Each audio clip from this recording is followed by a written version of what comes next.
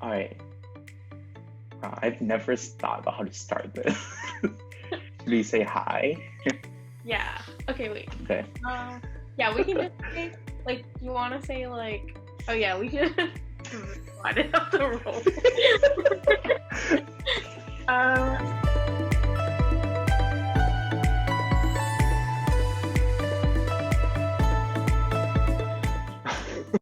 Hi, everyone. Welcome back. We just wanted to give a quick update since we haven't posted in a while and a lot has changed in the last few months. On my end, one thing that is really exciting is that I'm now in Boston taking classes and doing research from my closet. So minor upgrade. Glad to be in the city with some of my classmates and back here for school. But also, it's also kind of exciting to just have started the second semester of med school and like transition to a little bit more of like medical classes and physiology instead of more so like basic science classes that are similar to pre-med requirements but go a little bit more in depth. Has that been your experience too with classes, Kenneth, or what are you all doing this semester? So I think here at Penn we also have transitioned over more away from the basic sciences and more into physiology and organ-based systems learning. So the last unit we covered basically blood disorders, and now we're currently beginning our brain and behavior, which is our neuroscience block here.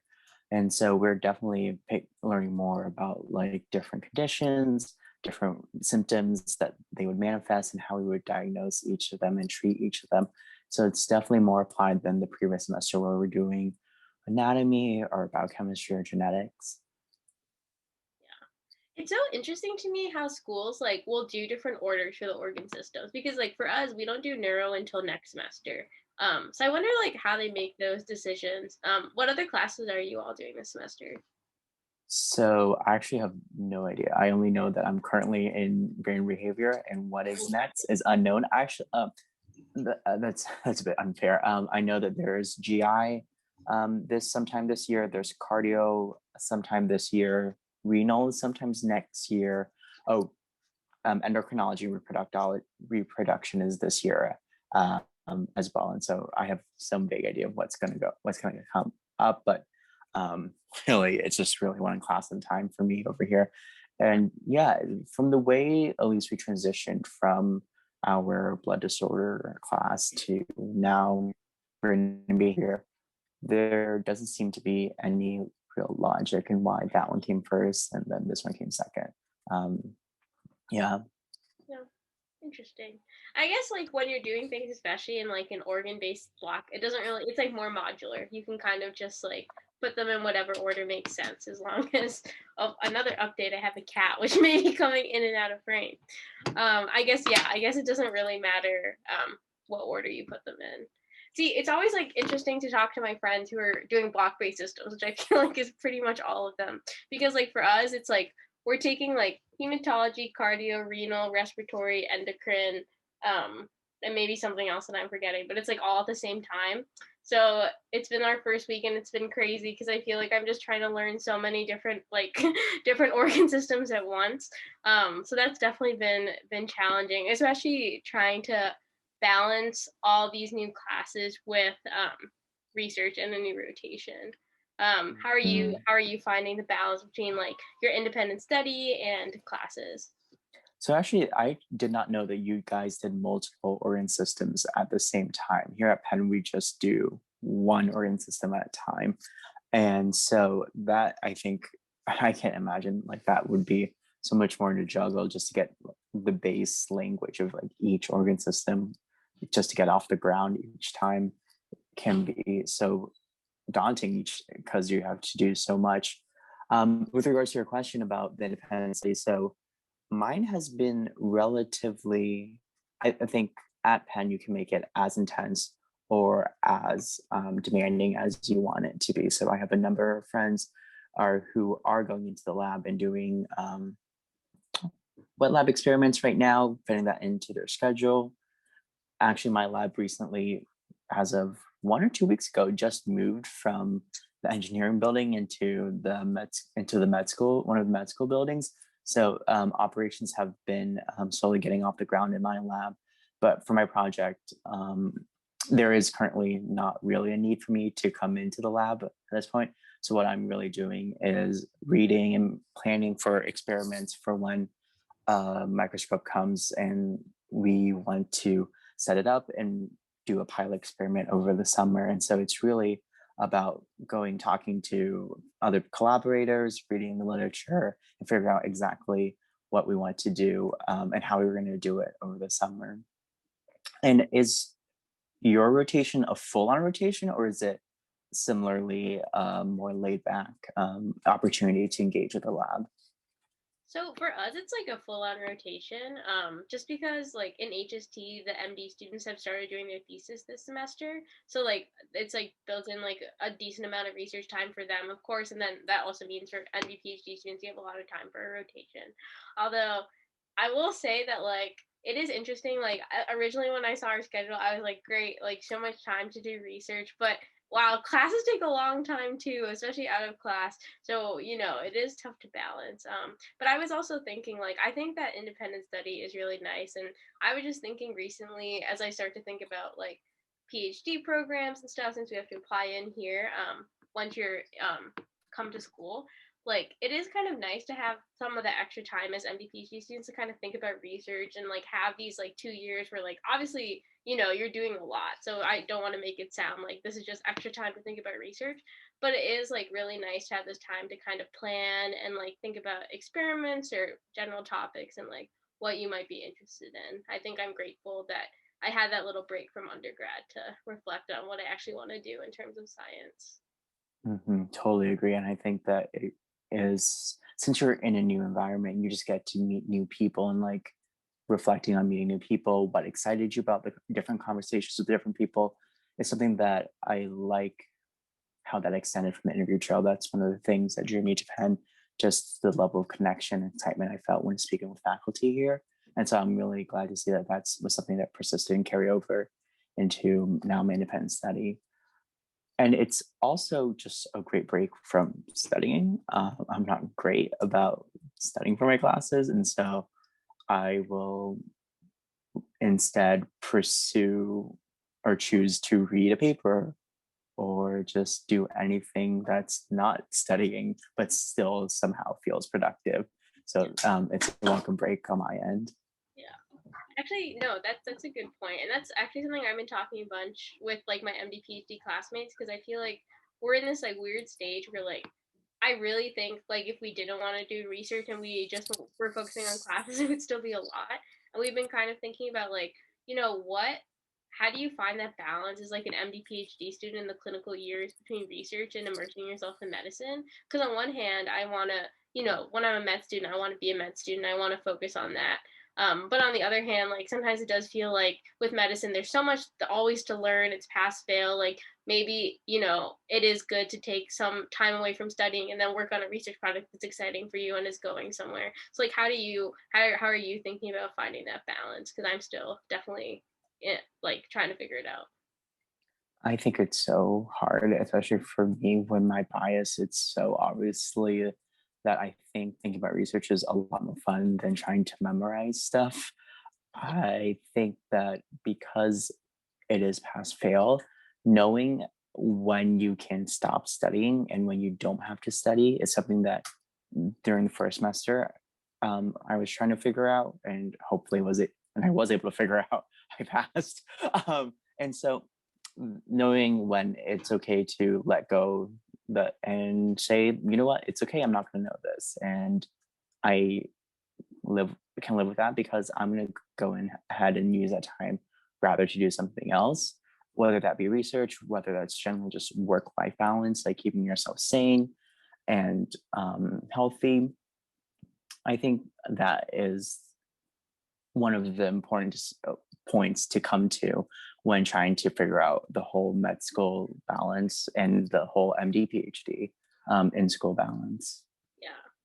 No, I think that's so true. And like it is really interesting having talked to like some of like the older students. I feel like as MD PhD students, like definitely people switch like what specialties they're interested in after coming to school. But I feel like more so than like students who are pursuing an MD specifically, like they're I think we're like tend to be a little less likely to switch just because like usually we're also motivated by research interest in that field. So like I know for me, like this semester I'm doing like more of a cardiovascular project still related to single cell, but I can like definitely tell that like the brain is still what I'm really interested in. And like I think because of that it can also be an additional challenge to like really immerse yourself in a field that you know you probably are not going to go into, that just doesn't fit at all with your research interests, for example. So yeah. But I always think it's so cool, especially on the PhDs who did something for the PhD, did something completely different for the residency, and were super successful. Not despite of it, maybe probably more because of it, because they have a kind of particular, the kind of thinking in a particular field, and then when they were exposed to a different field, they had this fresh perspective on that new field that they were entering. So I think that it's a long way of saying there's really no wrong way to go about this. And just I feel like if you always are striving to do what you want to do most, things are going to work out for you in the end, because at the end of the day, you're driven by that passion, by that curiosity. And so following it is not a bad North Star to have. No, I think that's a really good point. And I think you're right. I think as MD PhDs, there can be like pressure to like have everything packaged up in like a neat little box. Like my research interests perfectly fit with my clinical interests, and I've carved out this super unique niche. But Yeah. I feel like people definitely switch, especially like with all the different points in training, as we talked about in previous videos, that you can kind of go on or off into different fields, and like being open to that is huge, and something to definitely strive to be. Yeah. And so what are things that you're looking forward to this semester before the summer comes?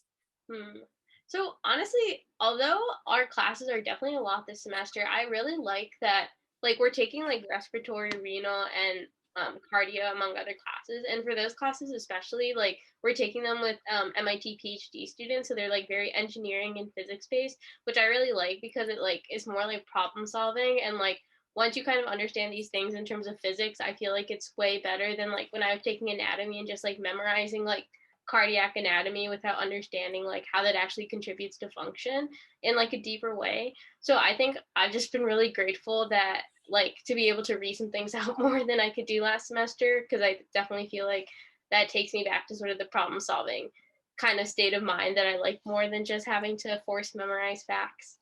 I think I'm also just looking forward to like seeing my classmates more. We've already seen each other in like socially distanced ways, and that's been great. And we just got most of us just got our first dose of the vaccine, and we're getting the second dose soon. So I don't really think things are necessarily going to change in how we interact with each other, but it might change in the sense that we might be able to go into like class more and maybe have one or two in-person things, which we normally don't have this semester.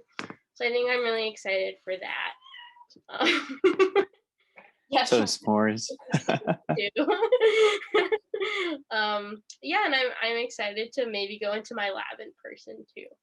But they're also doing like a remodel, like right as it came. So I don't think many people are going in person, which is a perfect time to do it, honestly, COVID. But honestly, I was like, gosh, I like really need to get out of my house and my closet. I spend a lot of time in here doing work. So yeah. Yeah, definitely having a variety of spaces to do work, I think it's so important to me personally. I think staying in one place, I can't do it for protracted periods of time. Yeah. And I just can't. Yeah. Yeah. No.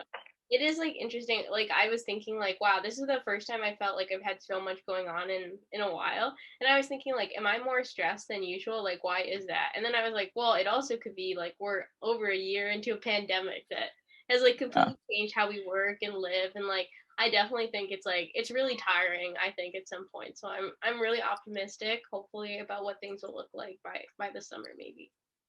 I think so too. Dr. Fauci seems optimistic. I think we have good reason to be so. Yeah. Fingers crossed. And at this rate, that's the next time we'll record. So true. Actually, it's really funny.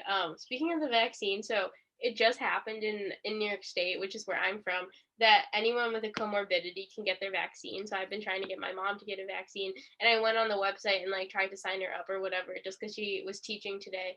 And like it's crazy. Like apparently there's no vaccines like in Erie County right now, or like they're only being distributed through the hospitals, but like it's supposed to be open to anyone who with like a current comorbidity, and a lot of those people aren't hospitalized. But it just made me think about like access, like when you have like a vaccine allocation system through the hospitals, and then you have people who can't afford to go to the hospitals, like what does that do? um so it's also like interesting, as optimistic as I am about the future and grateful as I am to have the vaccine, you also just realize, like, I feel like more than ever it just shines light on like how much work we still have to go. And yeah, and I think the other big part of it is tech literacy. I like having all these online sign-up systems when questions of broadband access or just any basic computer literacy, especially among the populations at highest risk for what's the right term for complications due to infections. Just at the end of the day, the systems that are most efficient are probably not. I think there's a trade-off between the ease of setting up a system and the intended reach of a system. And Yeah, no, I think these are all challenges we'll have to think about, and I definitely think, despite all the challenges of entering med school during this time, I feel like grateful that these things are on the forefront of our mind and hopefully continue to shape sort of how we approach our MD PhDs to come. But with that said, let us know if you think of anything you want us to post about, or I know that in a few weeks, a lot of decisions are going to be coming out, and it's probably a scary time. We want to hear about your successes, and also please reach out to us if you get news that you're not the most happy about. We're happy to read letters of update to schools you're on the wait list. We're happy to just vent about the process. It's super stressful, and believe it or not, like at the end of the day, everything will be okay. But it's going to be an emotionally tumultuous few weeks. So if we can do anything to support, as always, reach out. And otherwise, we will see you when we next get off Anki and onto YouTube.